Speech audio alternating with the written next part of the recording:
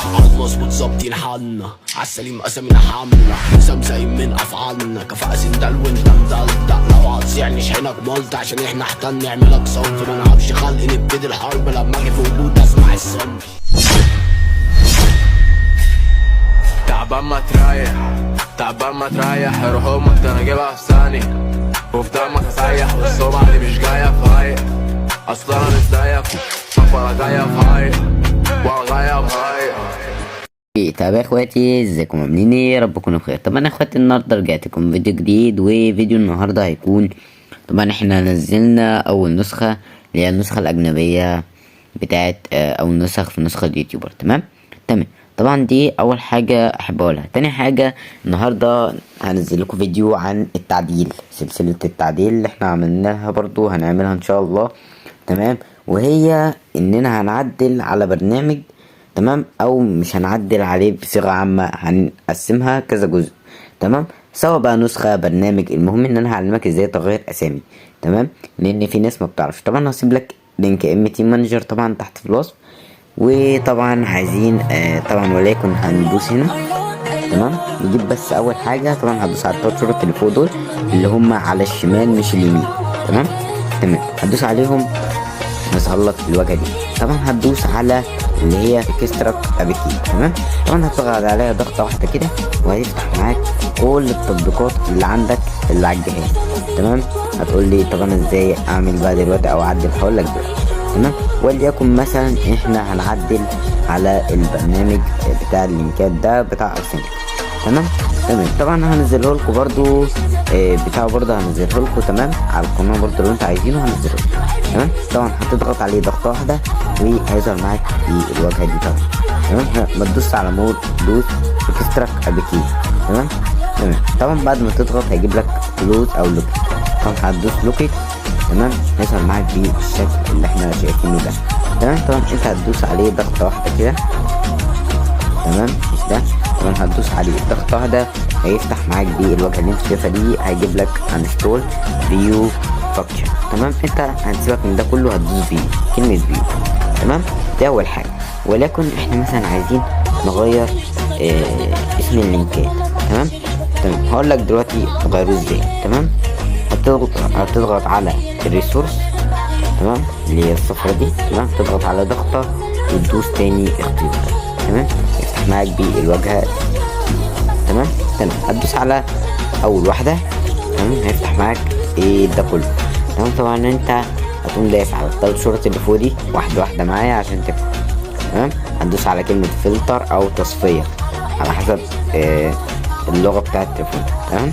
ولكن ان انت دوست هنا. تمام. وطبعا هتكتب الاسم اللي انت عايز تغيره، اي اسم بقى، سواء في النسخة في برنامج بتاع اي اسم. طبعا انا بعمل على اللينك على البرنامج عشان ايه؟ عشان يبقى حاجة يعني، يبقى حاجة خفيفة كده وصغيرة وتفهموا منها. يعني طبعا تدوس اي حاجة بقى ماشي. تمام. تظهر معاك كلمة لينكات. ولكن نكتب احمد اليوتيوبر مثلا. سواء بقى انت هتسمى اي برنامج ايه. تمام. طبعا تضغط سيف وتخرج هيجيب لك كلمة. طبعا دي مش هتكون متفعلة عندك يعني انت الصح. لو انت تقوم مفعلها. تمام. وتدوس اوكي هيجيب معاك باللون ده. تمام. في حاجة كمان يا اخواتي، لو انت مش ده بس مش كده يعني كده الفيديو ما خلص. تمام. في طريقتين المطورين بيخفوا بيها الاسماء دي. هقول لك ايه هما الطريقتين دول برضو، وعشان انا بحبك يعني، بس يا ريت لو استفدت مني او عرفت تعمل حاجه بعدين بقى، سواء انت عايز تغير اسم بتاع يعني الكلام ده كله، يا ريت تنزل تحط لايك دلوقتي قبل ما اقول لك الحاجتين اللي هما بيستخدموهم. اشترك في القناه وتفعل زر الجرس وتصلي على النبي عليه الصلاه والسلام. وتعالى اقول لك ايه الطريقه. تمام. طبعا انت بتفتح اللي هي اندرويد دي. تمام. اللي هي الزرقاء دي. تمام. تضغط على ضغطه واحده وتدوس تاني اختيار. تمام. هيفتح معاك بالواجهه دي كده. تمام. طبعا في ناس بتكون خافيه الاسم هنا. تمام. يعني مثلا انت لو ما لقيتش الاسم الاساسي في الريسورس او اي اسم، تبحث هنا، لقيته وغيره، ما لقيتوش اقول لك هتبحث فين تاني. تمام. عندك هنا التلات شرط دول هتضغط عليهم هيجيب لك كذا واحده. هتدوس اللي هي سيرش اكس ام ال. تاني سيرش اكس ام ال. تمام. تضغط عليها وهيجيب لك الواجهه دي. تمام. طبعا عندك الاختيارات هنا اللي هي سترينج، دوس على الثلاث نقط دي، مش دي طبعا اللي هي اللي تحتيها، تمام، اللي هي سيرش تايب، تمام، تضغط عليها هتلاقي عندك كذا، هتدوس سترينج، احنا السترينج هو اللي بنبحث بيه، تمام. هتدوس ماتش، الماتش دي اول واحده، تمام، وبعد كده هتكتب مثلا لينك وليكن، تمام. طبعا في اكيد في لينكات واسامي لينكات يعني، واكيد في حاجات في البرنامج، فاحنا وليكن هنبحث وندوس اوكي. طبعا ظهر معانا اهو اختيارين، تمام. طبعا مش كل الاسامي هتكون في الريسورس زي ما قلت لك، في اسامي هتكون بره وملفات ريس ولي اوت والكلام ده كله، تمام. طبعا انت هتضغط عليها ضغطه زي ما انت شايف، ظهر معاك ايه علامه باللون الاخضر كده اهي، طبعا والملف ظهر معاك، تضغط عليه ضغطه واحده تدوس سترينج بول، تمام زي ما انت شايف اهو. طبعا هيفتح معاك اهو جايب لك لينك النسخه، تمام، ونيمك يا حب وجايب لك كل حاجه، تمام اهو. تعالى برضو نشوف البرنامج، نشوف البرنامج مع بعض والكلام دوت اوكي، تمام. هتفتحوا كده بالواجهه دي، تمام. لو عايزين ننزلها لكم قولوا لي وهنزلها لكم، ومش عايز يفتح تمام مش مهم. طبعا يا اخواتي انت بقى تغير الكلام ده طبعا ده الكلام اللي جوه البرنامج، ولكن لينك النسخه هنكتب لينك، تمام، وتدوس اوكي. انت بقى غير اللي انت عايزه وتقوم ايه راجع خط، هيقول لك سيف اند اكست ولا اكست على طول، تمام. انت هتدوس سيف اند اكست، تمام.